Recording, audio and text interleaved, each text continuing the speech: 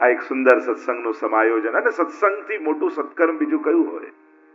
આપણે ગમે તેટલા યજ્ઞ યાગાદિ આદિ કરીએ, અનુષ્ઠાનો કરીએ, વ્રત તીર્થ કરીએ, પણ સકલ તીર્થો જેમાં સમાયેલા છે, સકલ યજ્ઞો જેમાં સમાયેલા છે, સકલ પુણ્યો જેમાં સમાયેલા છે, એવું કોઈ સત્કર્મ હોય તો એ સત્સંગ છે. કારણ બાકી બધાથી પુણ્ય અર્જિત થાય છે અને સત્સંગથી ભાવ અર્જિત થાય છે. બાકી બધા જ સત્કર્મોથી સ્વર્ગમાં સ્થાન નિશ્ચિત થાય છે અને સત્સંગથી ભગવાનના ચરણોમાં સ્થાન નિશ્ચિત થાય છે. કારણ કે જ્યારે સત્સંગ દ્વારા પ્રભુમાં શ્રદ્ધા જાગે છે, ત્યારે જેમ પુણ્યોથી સ્વર્ગમાં આપણી સીટ રિઝર્વ થઈ જાય, પણ સત્સંગથી ઠાકોરજીના ચરણોમાં સીટ રિઝર્વ થાય કે પ્રભુ એ જીવને પોતાના ચરણોમાં પોતાનો, એટલે જ કહ્યું જય જય શ્રી વલ્લભ પ્રભુ વિઠ્ઠલેશ સાથે અને અપનો કર ગોકુલપતિ ભરત તાહી બાથે. ઠાકોરજી એને બાત ભીડે છે, પોતાનો કરી લે છે. કરો કૃપા હું કરું વિનંતી, પોતાનો કરી જાણો. ગોપાલદાસજીના શબ્દોને યાદ કરીએ તો કહ્યું, પ્રભુ જ્યારે પોતાનો જાણી લે, પોતાનો સ્વીકારી લે, એ પ્રભુ હોય કે ગુરુ હોય, તમે ભક્ત બનો કે શિષ્ય બનો, આપણે તો આપણા હૃદયથી ભગવાનના ભક્ત બન્યા, આપણે તો આપણા હૃદયથી કોઈ ગુરુના શિષ્ય બન્યા, પણ જ્યારે ગુરુ આપણને શિષ્ય રૂપે સ્વીકારે, ઘટના તો ત્યારે થાય જ્યારે ભગવાન આપણને એમના ભક્ત તરીકે અપનાવે, ઘટનાની પૂર્ણાહુતિ તો ત્યારે થાય. અત્યાર સુધી તો આપણો એક તરફનો પ્રેમ છે, એક તરફની શ્રદ્ધા છે, એક તરફની લાગણી છે, પણ જેવો ભાવ આપણા હૃદયમાં છે એ ભાવ સાથે ભગવાન જ્યારે આપણને અપનાવી લે, ત્યારે આપણા ભાવની ફલશ્રુતિ થતી હોય છે. આપણે કોઈને ગુરુ કરી લઈએ, પણ ગુરુએ આપણને શિષ્ય રૂપે સ્વીકારે, એ આપણને વડીલ રૂપે બોલાવે, કોઈ નામાંકિત વ્યક્તિ તરીકે સ્વાગત કરે, કોઈ પ્રતિષ્ઠિત મહાનુભાવ રૂપે એનું સન્માન કરે, આ બધું જ વ્યવહાર છે. કલ્યાણ તો ત્યારે થાય જ્યારે શિષ્ય રૂપે માથે હાથ મૂકે કે આજથી તું મારો શિષ્ય થયો. કલ્યાણ તો ત્યારે થાય જ્યારે ભગવાન એને પોતાનો ભક્ત માની અને પોતાની સાથે પોતાના ચરણોમાં એનો સ્વીકાર કરે, એને પોતાનો દાસ. આપણે તો ભગવાનના દાસ છીએ માનીએ, પણ પ્રભુ આપણને દાસ રૂપે સ્વીકારે, ઘટના તો ત્યારે ઘટે. અને એટલા માટે સર્વ પુણ્યોના ફલ રૂપે આ સત્સંગ છે. સત્સંગથી પુણ્યો નથી થતા, પુણ્યો ભેગા થયા હોય એને સત્સંગ મળતો હોય છે. અને એટલા માટે સર્વના સત્કર્મ કરતા શ્રેષ્ઠ સત્કર્મ એ સત્સંગ છે. અહીંયા પોતાના અહંકારની આહુતિ અપાય છે, સ્નેહની સમિધા હોય છે, સ્નેહનું ઘી હોય છે, અને સ્વયં ફલ રૂપે ભગવાન મળતા હોય છે.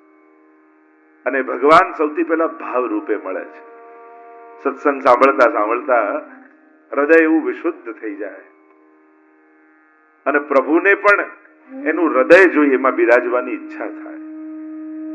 કોઈ આપણને કે બેસો બેસો બેસો, પણ એ સ્થાન જ ઉત્તમ ન હોય. આમંત્રણ બહુ જોરશોરથી મળે, પણ બેસવાની જગ્યાએ તો ઉત્તમ જોઈએ કે નહીં? એમ પ્રભુને પુકારીએ તો જોરશોરથી છે, તો પ્રભુ જ્યારે હૃદયમાં બિરાજવા આવે ત્યારે સ્થાન ઉત્તમ નથી હોતું. વિષયાક્રાંત દેહા નામ નાવેશ સર્વથા હરે. શ્રી મહાપ્રભુજીના શબ્દોને યાદ કરું તો શ્રી મહાપ્રભુજી આજ્ઞા કરે છે કે જ્યાં વિષયોથી બળતું ઘર, એમાં કોણ રહી શકે?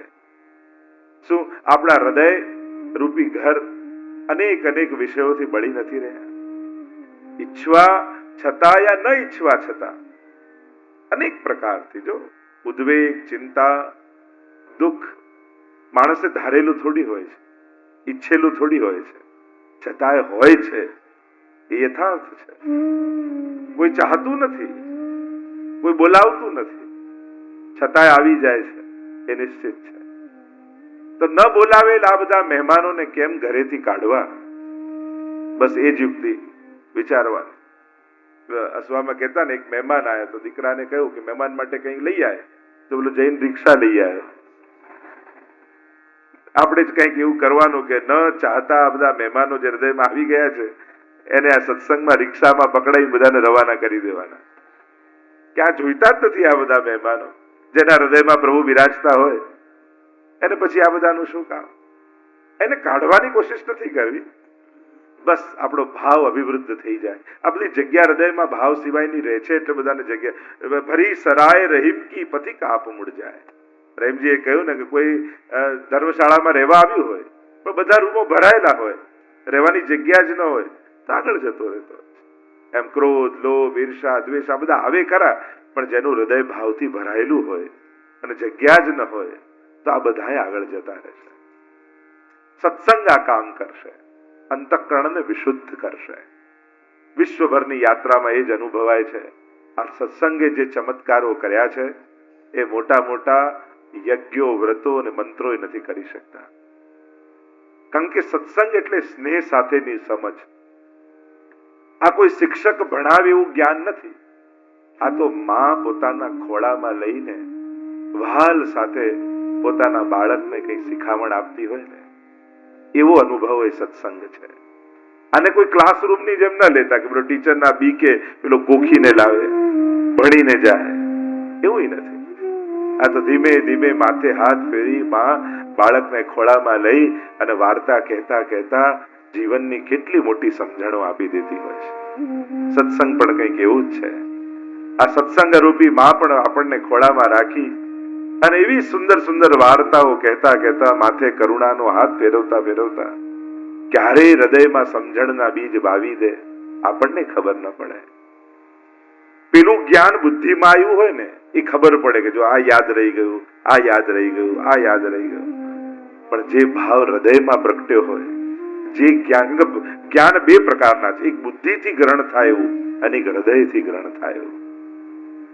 અને હૃદયથી ગ્રહણ થયેલું જ્ઞાન એનું ભાન જીવને હોતું નથી. એની તો સભાનતા હોય છે. બુદ્ધિની હોય ને એનું ભાન હોય કે આ યાદ છે, આ યાદ છે, આ આવડી ગયું. એની અવેરનેસ આપણને એક ખબર હોય કે આ બધું શીખી ગયા, આ બધું મોઢે થઈ ગયું. પણ હૃદયમાં પ્રગટેલું જ્ઞાન એ તો એક ક્ષણોમાં અનુભવાતું હોય છે. એ સંજોગોમાં અનુભવાતું. જો પહેલા હું જયારે આવા સંજોગો હતા ત્યારે કેવો વિચલિત થઈ જતો, પણ જ્યારથી સત્સંગની યાત્રામાં જોડાયો છું હવે દુનિયાના બનતી ઘટનાઓ, સંસારમાં સામે આવતા સંજોગોને ફેસ કરવાની સમજણ મારી બદલાઈ છે. હવે પહેલાની જેવું ઉદ્વેગ નથી થતો, હવે પહેલાની જેમ શોર્ટ ટેમ્પર નથી થઈ જતો. એક ધૈર્ય આવ્યું છે. ઘટનાઓ આપણા હાથમાં નથી હોતી, અર્થઘટનો તો આપણા હાથમાં હોય છે ને. ઘટનાઓને આપણે ન રોકી શકીએ પણ અર્થઘટન ચોક્કસ આપણા હાથમાં છે. નબળા સંજોગો યા નબળી ઘટનાઓના પણ સારા અર્થઘટનો કાઢી લે તો વૈષ્ણવ છે. એ તો મહાપ્રભુજીની શિખામણ છે. ષોડશ ગ્રંથમાં મહાપ્રભુજી જીવન જીવવાની એવી ચાવીઓ આપી ગયા છે ને, જો કોઈ હૃદયથી ષોડશ ગ્રંથના 16 ગ્રંથોને સમજી લે,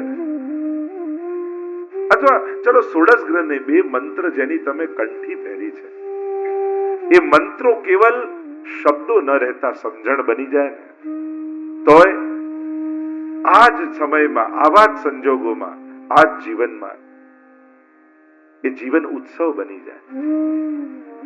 કૃષ્ણ હું તારો છું, કૃષ્ણ જ મારું શરણ છે. આ બે વસ્તુ જો જીવનમાં સમજી જાય, મંત્રને આપણે અક્ષર યા શબ્દ માનતા હોય, આ શબ્દો નથી, આ તો જીવનની સૌથી મોટી સમજણ છે. ભગવાનના થઈને જીવવાની સમજણ. પછી ભલે ને તમે કોઈના પત્ની હો, પતિ હો, પિતા હો, માતા હો, દીકરા હો, દીકરી હો, કોઈ બિઝનેસમેન હો, કોઈ જોબ કરતા હો કે ગમે ત્યાં હો, પણ હું કૃષ્ણનો છું. હું છું અહીંયા પણ છું એનો. આપણે ગમે ત્યાં હોઈએ પણ કૃષ્ણના થઈને હોઈએ ને, પછી કોઈ કર્મ કે કોઈ સંજોગો બાંધતા નથી. કારણ તમે કૃષ્ણના છો. એ કૃષ્ણ તમને ક્યાંય ફસાવા નહીં દે, બંધાવા નહીં દે. કારણ કે એ સમજણ સાથે તમે જીવો છો. સમત્વમ યોગ ઉચ્યતે. એટલે તો ગીતાજીમાં કહ્યું કે યોગ આપણે કરીએ પણ યોગ છે શું કે સમત્વમ. અને સમત્વ એટલે કે ભગવાનના થઈને જીવવું. બહુ જ મોટી આ સમજણ છે. અને જે આ થઈને જે ગમે તેટલું પ્રવૃત્ત હોય, ગમે તેટલા કાર્યોમાં, દેખાતા લૌકિક કાર્યોમાં રત હોય, ભગવાન ક્યાં ના પાડે છે ધંધો કરવાની, પ્રગતિ કરવાની, સુખ મેળવવાની. ભગવાન તો કહે છે ને, કાર્ય કૌશલમ યોગ, જે કામ કરે ઉત્તમતાથી કર, એ તારો યોગ છે. દત્તાત્રેય ભગવાનના 24 ગુરુમાં પેલા બાણ બનાવવાની કથા આવે છે. બાણ બનાવનારો હતો પારધી, એટલો બાણ બનાવવામાં મશગુલ હતો કે આજુબાજુ બારાત નીકળતી હતી, ઢોલ વાગતા હતા, પણ એનું ધ્યાન તો એમાં જ, બસ એ ઘસવામાં, બાણ બનાવવામાં. દત્તાત્રેય ભગવાને જો કેટલા બધા વિક્ષેપ છે, પણ પોતાના કાર્યમાં કેટલો આ પ્રવૃત્ત છે કે એને કોઈ સંસારના વિક્ષેપ એના હૃદયને વિક્ષેપિત નથી કરી શકતા. બસ એમાં ચેતસ્તત પ્રવણમ સેવા, ચિત્તનું પ્રભુમાં પરોવાવું, એ જ તો સેવા છે. પછી ગમે ને આજુબાજુ કેવાય સંજોગો હોય, અને સંજોગો પર આધાર રાખીએ ને તો ક્યારેય સેવા અને સત્સંગ કરી જ ન શકીએ. સમય શોધી, સમય કાઢી, સમયને ઝડપી અને સત્સંગ કરી લેવાનો. અવસર મળે તો ચૂકવું નહીં. હું તો હંમેશા એ જ કહું, આપણા પ્લાનિંગો તો જ્યારે થાય ત્યારે થાય. જેની કથા બેસી હોય ને, આ મેં જ બેસાડી, જે રીતે આપણે બેસી જવું, એમાં શું જાય છે સમજણ કરવામાં કે આ મેં બેસાડી જેટલું વિચારવામાં? સત્સંગ તો એ જ મળવાનો છે. એટલે જ્યારે પણ અવસર મળે, આ મારા માટે જ બેસી છે કથા, એમ કરીને બેસી જાઓ. 2 દિવસમાં શું 7 દિવસની બેસશે ને ત્યારે જઈશું. લો, આ 2 દિવસે જતું રહે. ઘણા નાના પ્રસંગો તો ગમે જ નહીં, એમ તો કે મોટું થાય તો જ જવાનું. તો જ્યારે જે ક્ષણ મળે એને ઝડપી જ લેવાની. ક્ષણો જ તારી દેતી હોય છે. યોગ્ય સમયે પુકારેલું ભગવાનનું નામ ભગવાનને દોડતા કરી દે છે. અને એટલા માટે સમય મળ્યો છે, અવસર મળ્યો છે, ઠાકોરજી આપ્યો છે, પ્રભુએ કૃપા કરીને સત્સંગની ક્ષણો આપી છે, અને અહોભાગ્ય માનીને સ્વીકારી લો. અને એમાં પણ પુષ્ટિ માર્ગના 5 તત્વ એવો વિષય હોય. પુષ્ટિ માર્ગના 5 આપણે ત્યાં કે 5 તત્વ અને 10 મર્મ પુષ્ટિ માર્ગના કહીએ છીએ. આશરો એક વલ્લભાધીશકો, એમાં 10 મર્મનું વર્ણન છે, અને 5 તત્વ. એમ તો ક્ષિતિજલ પાવક ગગન સમીરા પંચ રચિત યહ અધમ શરીરા, પૃથ્વી જળ તેજ વાયુ ને આકાશ, 5 તત્વો આપણા દેહના માનવામાં આવે છે. બધે ભિન્નતા તમને દેખાય. આ ગોરો, આ કાળો, આ જાડો, આ પાતળો, આ જ્ઞાતિનો, પેલી જ્ઞાતિનો, દુનિયાભરની ભિન્નતા, આ દેશનો, પેલા દેશનો, પણ બધાનું એકાત્મકતા વિચાર કરો તો આ બધા જ 5 તત્વોના બનેલા છે. પૃથ્વી જલ તેજ વાયુ ને આકાશ. 6ઠું તત્વ કોઈનામાં નથી. એમ જ પુષ્ટિ માર્ગને કોઈ દેહ માનો તો એના પણ આ 5 તત્વો છે. પૃથ્વી તત્વ બ્રજમંડલ, જલ તત્વ શ્રી યમુનાજી, વાયુ તત્વ શ્રી ગિરિરાજજી, પૃથ્વી જલ તેજ શ્રી મહાપ્રભુજી, એમનું કુલ, આકાશ તત્વ ઠાકોરજી. અને આ 5 તત્વોની ચર્ચા આવો સાથે મળીને કરવાના છે. પ્રાચીન ધોળ પહેલા સમયમાં તો આપણે સત્સંગ જ્યારે પણ થતો ત્યારે આ 5 તત્વોનું ધોળ તો નિશ્ચિત ગાતા. અમુક ધોળો અને અમુક કીર્તનો તો દુનિયાભરમાં ગમે ત્યાં સત્સંગ થતો હોય ત્યાં આ બધા ધોળો તો ગવાતા જ હોય, અને નાનપણથી આ બધાને યાદ રહેતું. કદાચ બધું યાદ ન હોય તો પહેલી 2 લાઈન તો બધાને યાદ હોય. આવો સાથે મળીને પહેલા એનું ગાન કરીએ અને પછી રસપાન કરીએ. આ પુષ્ટિ માર્ગના 5 તત્વ નિત્ય ગાઈએ. આ પુષ્ટિ માર્ગના 5 તત્વ નિત્ય ગાઈએ. તેના જન્મ જન્મના પાપ સર્વે જાઈએ. આ શ્રીજી શ્રી નવનીત પ્રિયા સુખકારી, સમરો શ્રી મથુરાનાથ કુંજ બિહારી.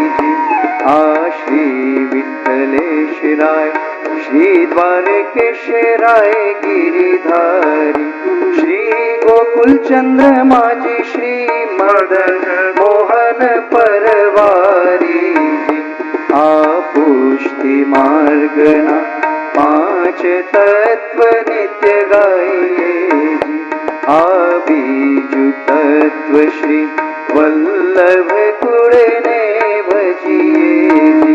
કુળ લોકલાજને કાય સર્વે તજીએ. આ પુષ્ટિ માર્ગના 5 તત્વ નિત્ય ગાઈએ. આ ત્રીજું તત્વ શ્રી ગોવર્ધન ધર गाइए जी। आ त्रिजु तत्व श्री गोवर्धन धर नित्य गाइए जी। श्री नटवर लाल जी नु गमतु सर्वे थाइए जी। आ पुष्टि मार्गना पांच तत्व नित्य गाइए जी।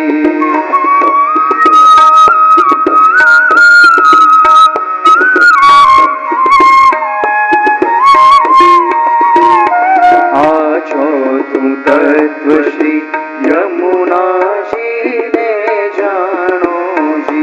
आ चौथु तत्व श्री यमुना जी ने जानो जी। करो स्नान जल ने पान हे सुख माणो जी। आ पुष्टि मार्गना पांच तत्व नित्य गाइए जी।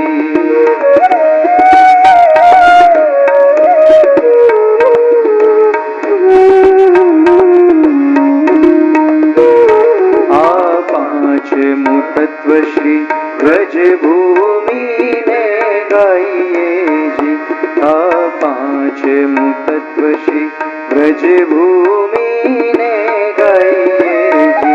नित्य उठी वैष्णव जन पद रज पाइए जी। आ पुष्टि मार्गना पांच तत्व नित्य गाइए जी।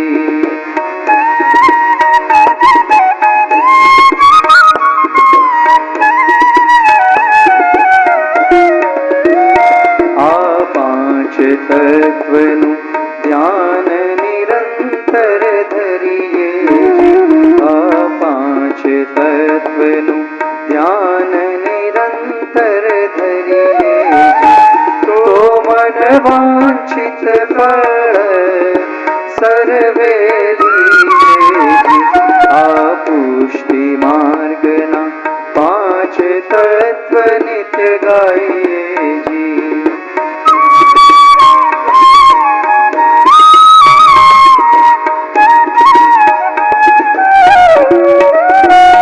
आ पांच तत्व श्री ब्रह्मादिक ने दुर्लभ जी। आ पांच तत्व श्री ब्रह्मादिक ने दुर्लभ जी। श्री वल्लभ प्रभु प्रगट प्रमाण कर्या सर्वे सुलभ जी। आ पुष्टि मार्गना पांच तत्व नित्य गाइए जी।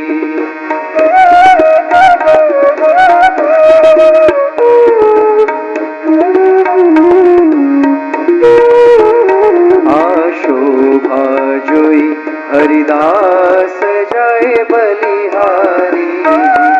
हे शोभा जोई हरिदास जय बलिहारी। हे लीला गाजो नित्य नर नारी। हे लीला गाजो नित्य नर नारी। आ पुष्टि मार्गना पांच तत्व नित्य गाइए जी। आ पुष्टि मार्गना पांच तत्व नित्य गाइए जी।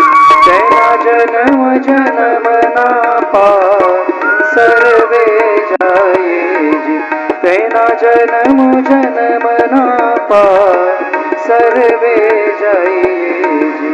आ पुष्टि मार्गना पांच तत्व नित्य गाइए जी। आ पुष्टि मार्गना पांच तत्व नित्य गाइए जी।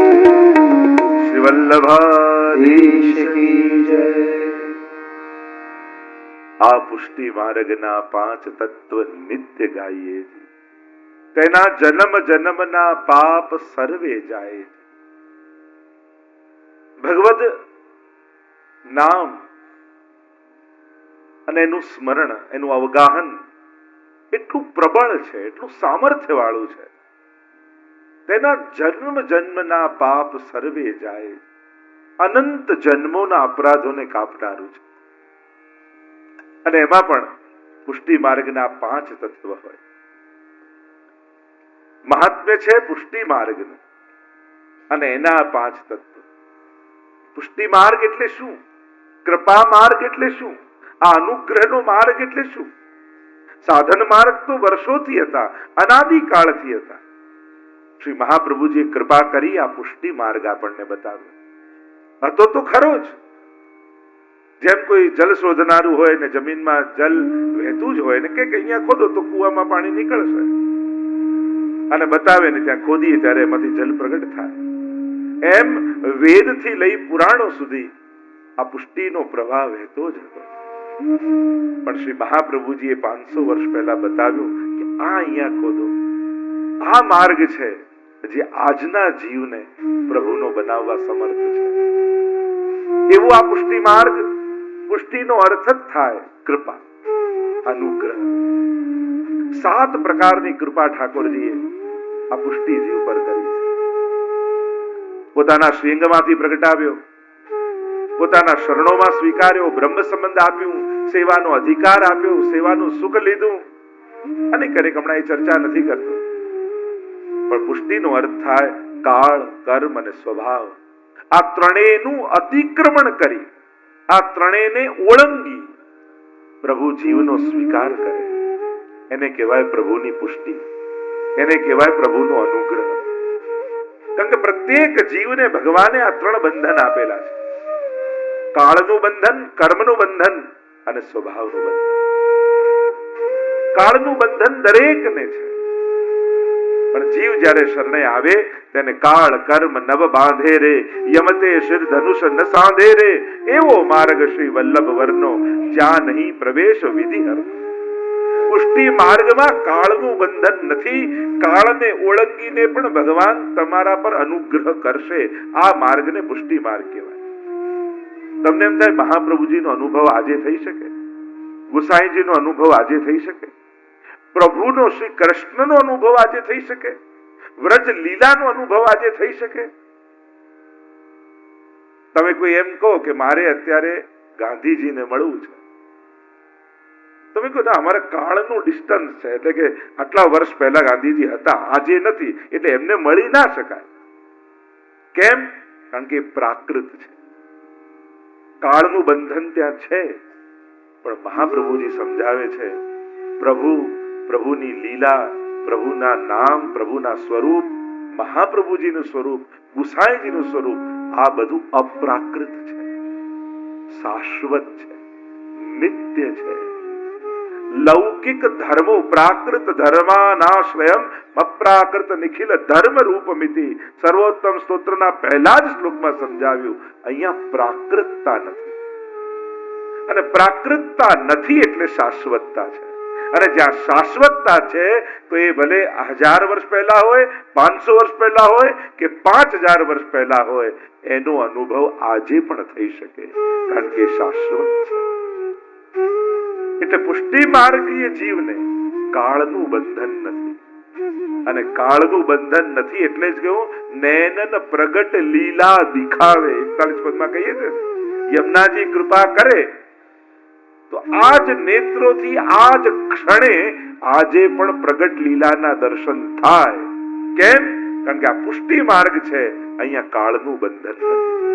અને પ્રમાણ કરીને સ્વયં ગુસાઈજીએ આજ અમદાવાદની ભૂમિમાં ગોપાલદાસને અનુભવ કરાવ્યો. 9 વર્ષના ગોપાલદાસ ગુસાઈજીની સામે બેઠા છે, વાણી પણ જેને સ્ફૂટતી નથી, એ ગોપાલદાસને સૃષ્ટિ સર્જનથી લઈ અને ત્યાં નિત્ય લીલા ધામમાં પ્રભુ જે રાસાદિક લીલા કરી રહ્યા છે એનો અનુભવ કરાવ્યો.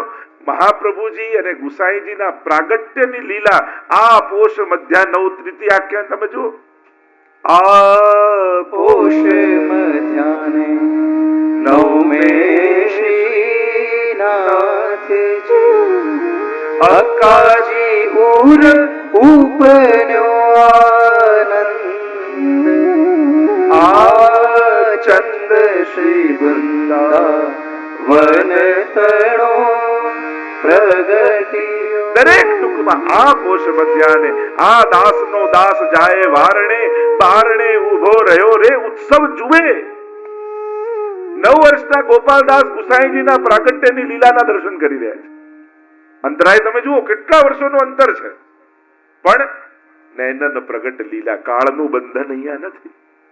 એવી તો કેટલીય ઘટના તમને બતાવી શકું. અને ઠાકોરજીની જે આ અનાદિ લીલાઓ છે વ્રજની, શ્રી મહાપ્રભુજીએ દરેકને લીલા હોતી જૂની, નાતર લીલા હોતી જૂની, જો પે શ્રી વલ્લભ પ્રગટ ન હોતે વસુધા રહેતી સુની. મહાપ્રભુજી તો દરેકને સુરદાસથી લઈ અનેક અનેક જીવો પર કૃપા કરી પ્રગટ લીલાના. બોલ કે આ તો હજારો વર્ષ પહેલા થઈ, એટલે થઈ નથી, થઈ રહી છે, હજારો વર્ષથી ચાલી રહી છે એમ કહેવાય. મર્યાદા માર્ગી જીવોને એમ કે આ તો આટલા હજારો વર્ષ પહેલા લીલા થઈ હતી એવું કે. પુષ્ટિ માર્ગી તો એમ કહે આ તો હજારો વર્ષથી લીલા ચાલી રહી છે, થઈ રહી છે, અનાદિ છે.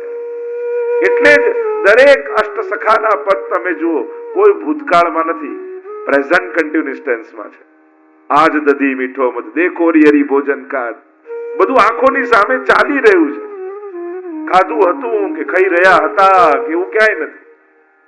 સીધી લીલાઓ આંખની સામે થઈ રહી છે, પ્રત્યેક લીલા. એટલે પુષ્ટિ, આ પુષ્ટિ માર્ગના 5 તત્વો, આ 5 તત્વોનો અનુભવ અને અલૌકિકતા માટે પુષ્ટિ માર્ગને સમજવો જરૂરી છે. પુષ્ટિ માર્ગ સમજાશે તો આ 5 તત્વો આજે પણ પ્રગટ છે.